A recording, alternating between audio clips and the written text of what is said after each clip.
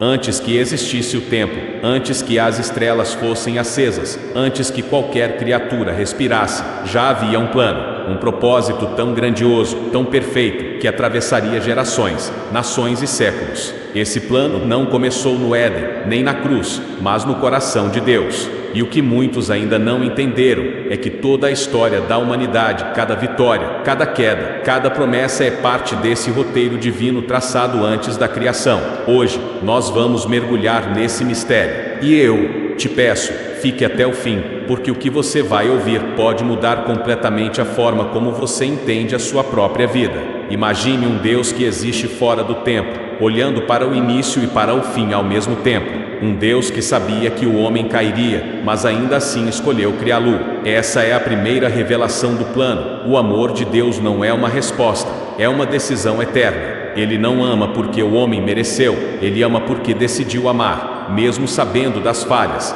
das dores e da rebeldia que viriam. E é exatamente aí que a história começa, não com Adão, mas com o coração de um Criador que desejava relacionamento, não servidão, comunhão, não controle. Quando Deus cria o homem, Ele o faz à sua imagem e semelhança, não apenas em aparência, mas em propósito. Adão e Eva são a expressão física do desejo divino, seres capazes de amar, escolher e refletir o próprio Criador. Mas a escolha que permite o amor também permite a rejeição. E foi essa liberdade que abriu a porta para a queda. Muitos pensam que o pecado foi o fim da história, mas, na verdade, foi o início da revelação, porque é no erro humano que o amor de Deus se manifesta com mais força. Ele não abandonou o homem no jardim, ao contrário, ele iniciou um plano para resgatá-lo. Desde Gênesis, Deus já estava apontando para algo maior. Quando Adão e Eva são cobertos com peles de animais, é o primeiro símbolo de sacrifício. A morte entra na história como preço da desobediência, mas também como sombra da redenção. Deus estava mostrando que a restauração exigiria sangue, mas não de animais, e sim de um Salvador. O plano começou a ser desenhado nas entrelinhas da história. Cada profecia, cada pacto, cada libertação no Antigo Testamento era uma peça do mesmo quebra-cabeça, trazer de volta a comunhão perdida.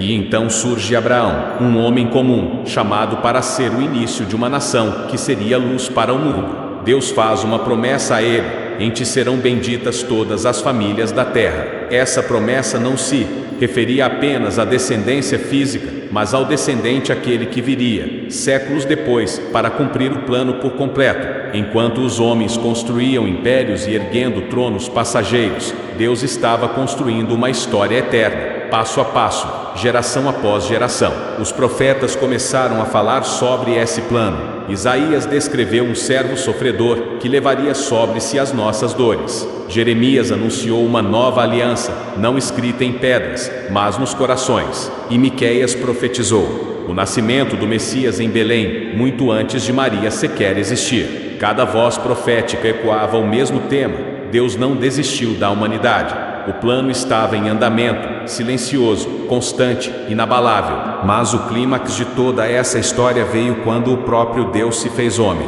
O Criador entrou na criação. Jesus, o Verbo que existia desde o princípio, vestiu a carne humana e caminhou entre nós. É aqui que o plano eterno se torna visível. O céu toca a terra e a graça encontra o pecado face a face. Aquele que formou o homem com suas mãos agora é ferido pelas mãos do homem. E, mesmo assim, ele não recua, porque o amor que começou antes do tempo precisava ser completado dentro do tempo. Na cruz, tudo converge.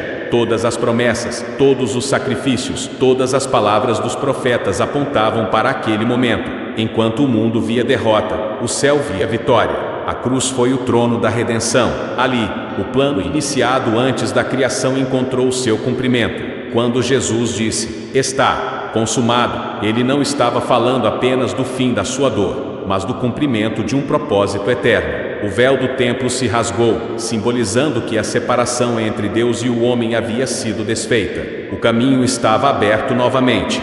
Mas o plano não termina na cruz. O túmulo vazio é a prova de que o amor de Deus é mais forte do que a morte. A ressurreição é o selo da promessa, o início de uma nova criação. O mesmo Espírito que pairava sobre as águas no princípio agora habita dentro de nós. O plano de Deus não era apenas salvar o homem, mas restaurar a sua imagem nele. É por isso que a Bíblia chama Jesus de o segundo Adão. Ele veio para refazer aquilo que o primeiro perdeu: a comunhão, a pureza, a autoridade, o propósito.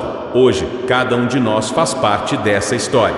O plano ainda está em andamento, não porque Deus não o completou, mas porque Ele o está estendendo a todos que creem. Você e eu somos os capítulos vivos desse projeto eterno. O mesmo Deus que falou com Abraão, que libertou Israel, que ressuscitou Jesus, é o Deus que está escrevendo a sua história agora. E talvez você não perceba, mas o fato de estar ouvindo essa mensagem não é acaso, é convite.